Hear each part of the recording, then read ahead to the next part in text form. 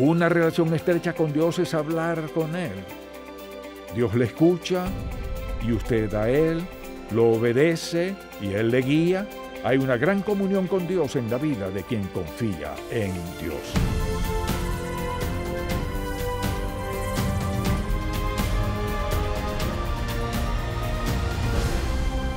Hace 4 décadas fundamos Ministerios en Contacto para guiar a todo creyente a cultivar una relación más estrecha con Jesucristo.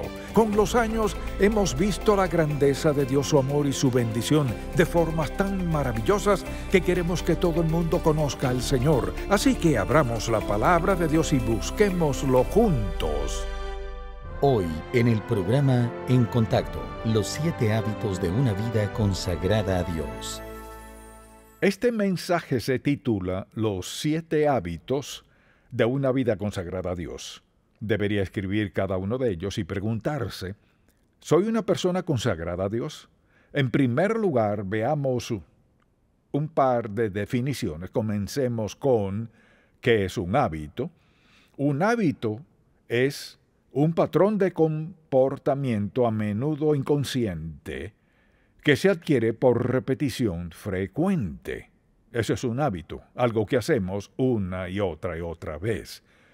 Desde luego, la segunda definición es que es una vida consagrada a Dios. ¿Qué es consagrada?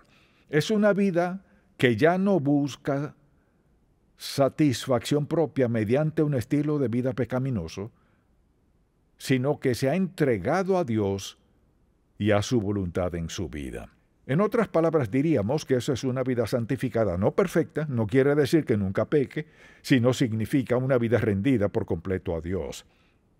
Así pues, deseo darle 7 hábitos que todo creyente debe hacer parte de su vida, y el primero es este. El primer hábito es una vida de oración. Uno de mis pasajes favoritos, muy sencillo, está en Marcos, capítulo 1, cuando los discípulos nunca entendieron esto del todo, pero dice la Biblia en Marcos 1:35, levantándose muy de mañana, siendo aún muy oscuro, salió y se fue a un lugar desierto y allí oraba. Y le buscó Simón y los que con él estaban, y hallándole le dijeron, todos te buscan. Eso es típico en cuanto a la forma de actuar de algunas personas. El Señor estaba haciendo lo más importante en la vida y no lo entendían. Y asimismo, por ejemplo, en Lucas capítulo 4, versículo 42, cuando ya era de día, salió y se fue a un lugar desierto, y la gente le buscaba, y llegando a donde estaba, le detenían para que no se fuera de ellos. Pero él les dijo, es necesario que anuncie el Evangelio, etc.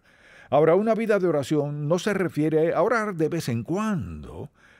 Se refiere a sentir cada día la necesidad, el deseo, el gozo y el gran poder que viene de orar, hablar con el Padre. Es decir, debe ser un hábito, algo que recurre en nuestra vida, no solo cuando estamos en aprietos, en necesidad, sino porque amamos a Dios y estamos agradecidos por quien es Él y lo que hace en nuestra vida. Por ejemplo, en Lucas capítulo 11, los discípulos vienen al Señor Jesucristo y le pidieron, enséñanos a orar como enseñó Juan el Bautista a sus discípulos. Así que habían visto algo distinto en la oración del Señor. No se trataba de algún ritual que se acostumbrara en aquel tiempo, pues sentían que le hablaba personalmente al Padre Celestial. Al ver esos versículos, piénselo, la verdad es que no se puede tener una vida consagrada sin tener una vida de oración. No se puede. Todos vivimos en un mundo de tentación, pruebas, penas, cargas y pecado, y a donde vayamos, allí está. No podemos tener una vida consagrada a Dios, y no he dicho sin pecado, sino consagrada, y ya definimos lo que eso significa. No se puede tener una vida consagrada sin una vida de oración, porque ésta nos conecta a Dios Todopoderoso y nos hace sensibles a su voluntad, propósito y plan para nuestra vida. Sin orar, no habrá una vida consagrada. Si lo piensa, es la actividad más importante de nuestra vida. Necesitamos tener una vida de oración. Luego, el segundo hábito es tener fe o confianza en Dios, la palabra que mejor le guste. Me encanta el Salmo 103, versículo 19. Dice la Biblia: Jehová estableció en los cielos su trono y su reino domina sobre todos. Pensemos en lo que significa ese versículo. Si Dios Todopoderoso ha establecido su trono en los cielos, preste mucha atención, su soberanía, o sea, su poder divino, sobrenatural, omnisciente, domina sobre todo. ¿Qué hace eso? Nos da una gran base para creer en Él. Al saber que Dios está a cargo, no importa lo que suceda, ni cómo, ni mediante quién, ni por la razón que sea, sé que Dios tiene las riendas y puedo confiar en Él para lo que sea que permita en la vida. Creo que es un versículo muy importante porque si no confiamos en Dios, si no confiamos, no oraremos. Debemos hacernos la pregunta, pues, ¿dónde está la confianza en mi vida espiritual? Fíate de Jehová de todo tu corazón y no te apoyes en tu propia prudencia. Reconócelo en todos tus caminos y Él enderezará tus veredas. Cito ese versículo muy a menudo porque es fundamental. Cuando confiamos en Dios, ¿qué sucede? Se afianza nuestra comunión con Dios, lo que significa que tenemos una relación con Él. No tengo que presentármele. Una relación estrecha con alguien significa cercanía, no solo en afecto, sino en mentalidad, la forma de pensar, lo que sienten. Una relación tan cercana es la que debería tener todo matrimonio todos sus días. Una relación estrecha con Dios es hablar con Él. Dios le escucha y usted a Él, lo obedece y Él le guía. Hay una gran comunión con Dios en la vida de quien confía en Dios. Si usted quiere saber si confía o no en Dios, hágase la siguiente pregunta: ¿qué está preocupándome?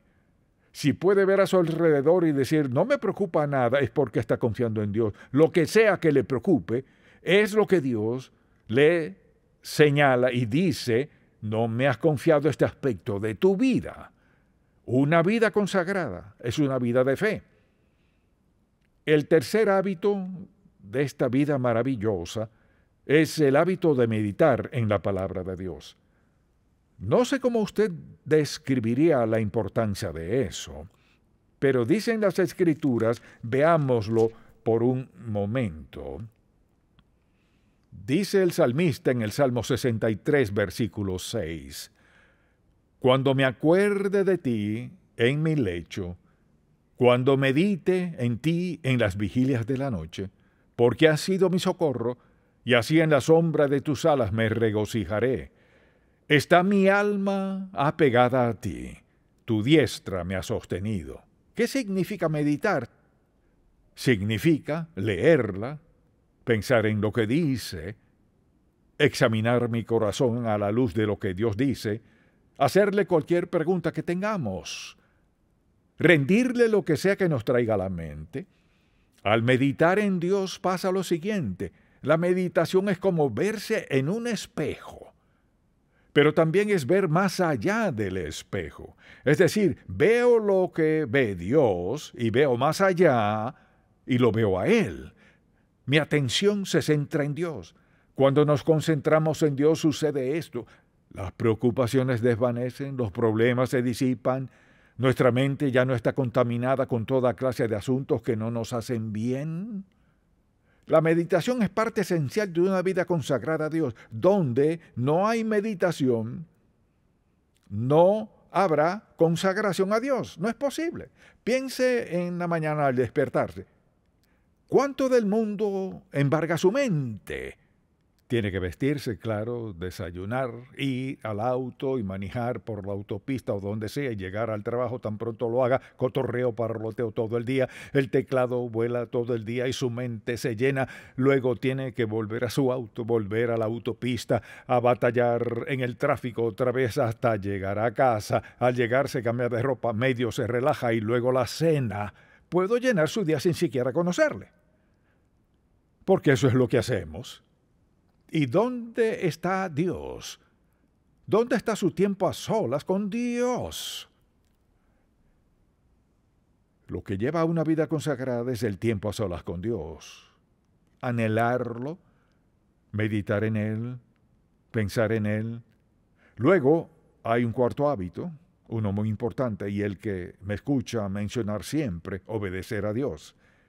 Y quisiera leer en Deuteronomio 27, en el Antiguo Testamento, porque lo dice tan claro en el capítulo 27, versículo 10. Dios habla mediante Moisés a su pueblo, y esto fue lo que declaró.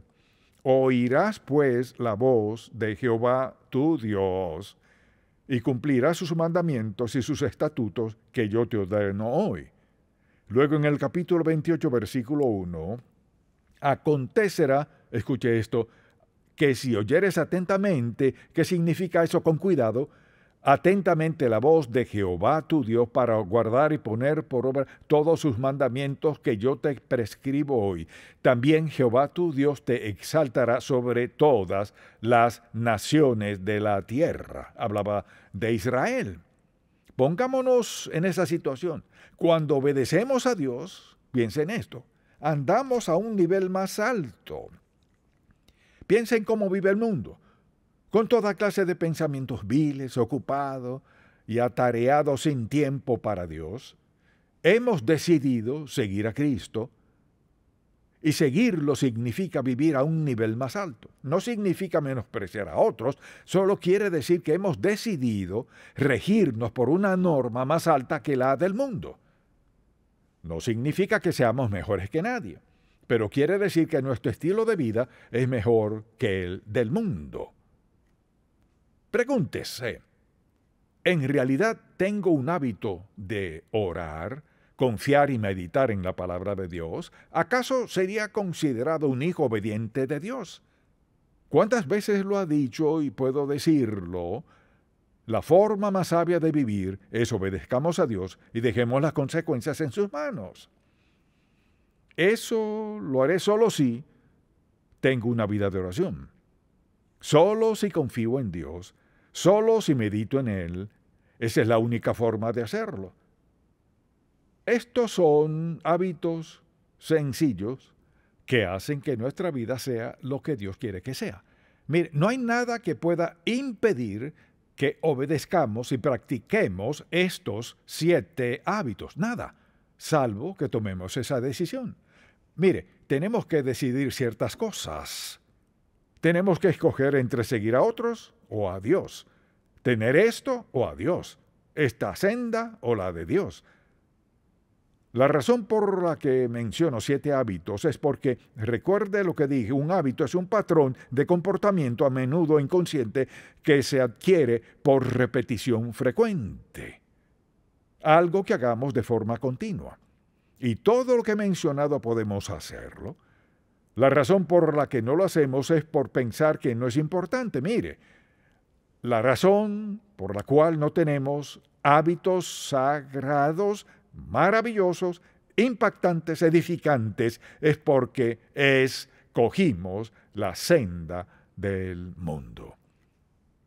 No importa quién sea, ni cuán dotado, ni cuán adinerado, ni cuán sabio se crea, ni cuánta educación tenga, no puede tener una vida consagrada, la mejor vida, sin poner en práctica estos 7 hábitos.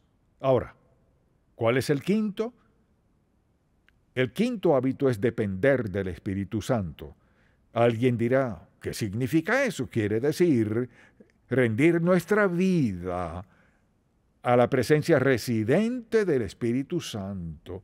Recuerda lo que les dijo Jesús a sus discípulos: siéntense a esperar en Jerusalén hasta que sean investidos, o sea, hasta que el Espíritu Santo venga a sus vidas, y al hacerlo estarán listos para hacer lo que les he encomendado. Así que le he dado varios pasajes, algunos ya los conoce, quizás otros no, pero en Efesios 5 recordará lo que dice la Biblia en este pasaje en particular. Veamos el versículo 18. Dice así: no os embriaguéis con vino, en lo cual hay disolución, Antes bien, sed llenos del Espíritu. Mire, si tomara una jarra con 1/4 de litro, la colocara aquí y la llenara de agua hasta la mitad, diría que solo está medio llena. Solo estaría llena cuando llegue al tope hasta el borde. El verbo que usa aquí el original griego, ser lleno, significa algo continuo en la vida. En la mañana al despertar en medio de nuestra oración o al meditar, aún antes de levantarnos, deberíamos decir: Señor, quiero que me llenes de tu espíritu hoy. Eso significa, Jesucristo les dijo a sus discípulos en Lucas, que antes de que hicieran lo que les había encomendado, que esperaran en la ciudad de Jerusalén hasta que fueran investidos, hasta que viniera sobre ellos el Espíritu Santo, por la sencilla razón de que no están preparados para hacer lo que les ha encomendado sin la presencia del Espíritu Santo, quien les dará poder. Él les facultará, les enseñará, les dará guía y dirección para cumplir el llamado que les ha dado. Ahora la mayoría de la gente no tiene ni idea de quién es el Espíritu Santo. ¿Cómo? Seguidores de Cristo, creyentes en Cristo, lo aceptamos para recibir salvación. Somos morada de la tercera persona de la Trinidad, que es el Espíritu Santo.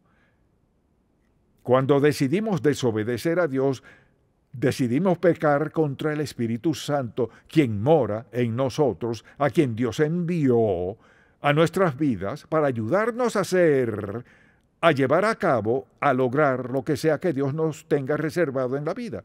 Nunca estamos solos. Somos morada de Dios, del Espíritu Santo, quien nos faculta, nos ayuda, nos alienta, nos fortalece, nos sana y más, está allí porque necesitamos a Dios en nuestra vida, y Él lo sabía. Desde luego, hay un sexto, que es dar a Dios y a otros. En el 6º capítulo de Lucas, es un capítulo muy conocido, recordemos lo que dice: dad y se os dará medida buena. Escuche lo que dice: apretada, remecida y rebosando darán en vuestro regazo, porque con la misma medida con que medís, os volverán a medir. Cuando pienso en darle a Dios, mi ejemplo favorito es este, y estaba recordándolo anoche. Mi primera maestra de escuela dominical, y quizás tendría 3 o 4 años, porque comencé la escuela a los 5, estaba muy pequeño, nunca me puse al día, pero iba a la escuela dominical todos los domingos y recuerdo las sillas de varios colores, verde, rojo, amarillo, azul, etc. La maestra de la escuela dominical, no recuerdo su estatura, pero en aquel entonces me parecía de 3 metros cuando estaba sentado. Tenía el cabello negro, una dama dulce y maravillosa. Y llegó el momento de recoger la ofrenda. Recuerdo que mi madre siempre me daba unos cuantos centavos para darlos. Nunca me dejaba ir sin nada que dar. Así que, antes de saber contar, mi madre me enseñó a darle a Dios. En mi primer empleo repartidor de periódicos ganaba $4 a la semana. Estaba agradecido a Dios y pensaba, no puedo darle monedas. Le di $1, que era el 25%. Nunca pensé en eso, solo pensaba en lo que recibiría Dios. Después de eso, tuve una ruta de periódicos que pagaba $16 a la semana y le daba a Dios más del diezmo. Luego, toda mi vida nunca he dado solo el diezmo, nunca. Por la sencilla razón que aprendí desde muy joven que no podemos superar a Dios en generosidad. Segundo, mucha atención, ni siquiera podemos predecir lo que necesitaremos. Y si no podemos predecirlo, ¿cómo pues nos encargaremos de todo eso? Si ofrendamos a Dios y confiamos en que hará justo lo que prometió, le di un sencillo ejemplo que muchos han escuchado antes porque fue algo que impactó mucho mi vida. Así que debemos preguntarnos, ¿será este uno de los hábitos en mi vida? La Biblia dice que Dios ama al dador alegre. Si Él ama al dador alegre, ¿qué de aquellos que son avaros, quienes no dan a Dios? Le diré por qué eso no agrada a Dios, porque dice, puedo hacerlo sin Dios, puedo encargarme, puedo manejarlo, no necesito que Dios maneje mi dinero. Piensen cuán insensato es eso. Su dinero podría quemarse de la noche a la mañana. La situación podría ser que lo pierda todo en un día, pero preste mucha atención. Nunca estará en una situación en la que no tenga nada, porque tiene a Dios dentro de usted y todo lo que necesita, Dios ha prometido proveerlo. Un hábito maravilloso en nuestra vida. Luego le daré un séptimo hábito, y es uno muy importante, es el hábito de perdonar a otros. Un pasaje muy claro está en Efesios capítulo 4. Muchos lo hemos leído antes, pero es la verdad, y lo leemos una y otra vez. Escuche lo que dice la Biblia. Airaos, pero no pequéis, no se ponga el sol sobre vuestro enojo, ni deis lugar al diablo. Un pasaje muy importante. Luego dice en el versículo 30, y no contristéis al Espíritu Santo de Dios, con el cual fuisteis sellados para el día de la redención. Luego en el 31, quítense de vosotros toda amargura, enojo, ira, gritería y maledicencia y toda malicia. Antes sed benignos unos con otros, misericordiosos, perdonando unos a otros, como Dios también os perdonó a vosotros en Cristo. No siempre es fácil, no. A veces es difícil perdonar a otras personas que nos hayan hecho ciertas cosas. Creo que una de las peores situaciones es ser traicionado. Cuando uno ha confiado en verdad en alguien, se ha esmerado en ayudarle y luego le traicionan. Hacen lo último que uno habría imaginado que harían en la vida. Pero debemos perdonar. Ahora, estos son 7 hábitos. Preste mucha atención. Pude haberlo hecho de muchas formas, pero quería que viera cada versículo y darle todos los 7 hábitos para que cada persona aquí entienda por completo los 7 hábitos que llevan a una vida consagrada que será bendecida una y otra vez de muchísimas maneras, pero la decisión es suya. Y le sugeriría que tomara una decisión ahora mismo. En breve oraremos, y en esta oración le pediré a Dios que le dé sabiduría para decirle: Señor, quiero estos 7 hábitos en mi vida, y hoy comenzaré a ejercerlos en mi vida. Es un proceso continuo en nuestra vida. ¿Los practicará cada uno a diario? No. Pero haga lo siguiente. Pídale a Dios que le perdone. Muéstreme por qué tropiezo con este Señor y reafirmamos nuestro deseo de perdonar a otros o lo que sea. Señor, estaba muy ocupado. Esta mañana salí deprisa. Perdóname por no haberme detenido a meditar en tu palabra, rendir mi vida a ti, entregarme a ti. Perdóname, Señor, no quiero volver a hacerlo. ¿No cree que Dios corregirá eso? Claro que sí. Él le corregirá. Le inquietará lo suficiente una mañana después que haya salido sin tomarlo en cuenta, que no lo olvidará. Mire, ¿sabe qué? Es porque nos ama. Piénselo. Toda la Biblia está llena de verdad. Pero creo que estos 7 hábitos transformarán por completo su vida y le llevarán a lograr más de lo que su corazón podría haber anhelado. Ahora, si hoy está aquí y no es creyente, no es salvo, no ha aceptado a Cristo como su Salvador, entiendo que quizás no se aplique esto a su caso. Pero permítame decirle esto: nunca podrá entender ni disfrutar la vida a plenitud hasta que no se entregue a Cristo. Porque nunca podemos perder al entregarnos a Cristo, nunca. Dirá, pues, ¿qué tengo que hacer? Debe pedirle al Señor que perdone su pecado, no porque lo merezca, sino porque Él fue a la cruz, murió en la cruz, dio su sangre por usted, pagó toda su deuda de pecado, dice la Biblia, y al pedirle perdón a Dios por lo que ha hecho por usted, pagó su deuda, Dios le perdona y le hace uno de sus hijos. Luego, comenzará a practicar estos 7 hábitos. ¡Qué vida tan maravillosa tiene por delante! Y espero que lo haga. Padre, te amamos, te alabamos y te agradecemos por tu palabra desde Génesis hasta el último versículo de Apocalipsis. Hoy te pedimos que nos des sabiduría para reconocer que con estos 7 hábitos todo lo demás cobrará sentido. Que abramos la puerta a tus mejores bendiciones. Te pido hoy por alguien que no es salvo, que no te ha aceptado como su Salvador, que esté dispuesto a pedirte perdón por sus pecados, a creer que Cristo fue a la cruz y pagó toda nuestra deuda. Al confiar en su muerte en el Calvario, al derramar su sangre, esa confesión y arrepentimiento traen salvación. Después de la salvación, que desarrollemos estos 7 hábitos transformadores en nuestra vida. Señor, te pido por todos nosotros y por alguien hoy aquí que aún no es salvo, que esté dispuesto a pedirte que le perdones y que limpie su corazón y rinda su vida a ti ahora mismo.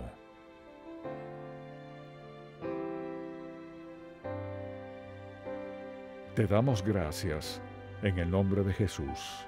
Amén. Si este programa ha sido de bendición para usted, por favor, visite encontacto.org. ¿Estás casi listo? Sí, papá. No te olvides de llamarnos cuando llegues. No, papá. Tengo algo más que quiero que te lleves. Hijo, esto es lo más importante que puedo darte. Yo solo quiero lo mejor para ti. Quiero que pases tiempo con Él todos los días. Así lo haré, te lo prometo.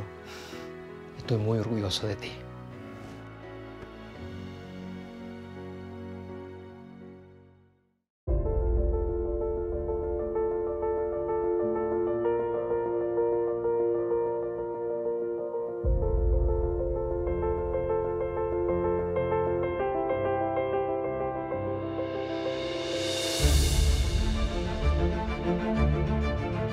El Señor dice, te haré entender y te enseñaré el camino en que debes andar. Aprenda a escuchar, seguir y obedecer el plan perfecto de Dios. Dios nos ama tanto que ese amor nos mantiene en el camino correcto. Si usted escucha las mentiras de Satanás, él siempre le dirá, este es el camino más fácil. El asunto es, ¿cuál es la mejor decisión? ¿Qué elección es la más sabia?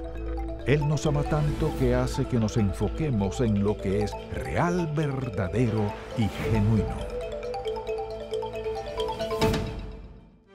En Contacto, estimulamos a todo creyente a cultivar una relación más estrecha con el Señor Jesucristo y apoyamos la labor de la iglesia local.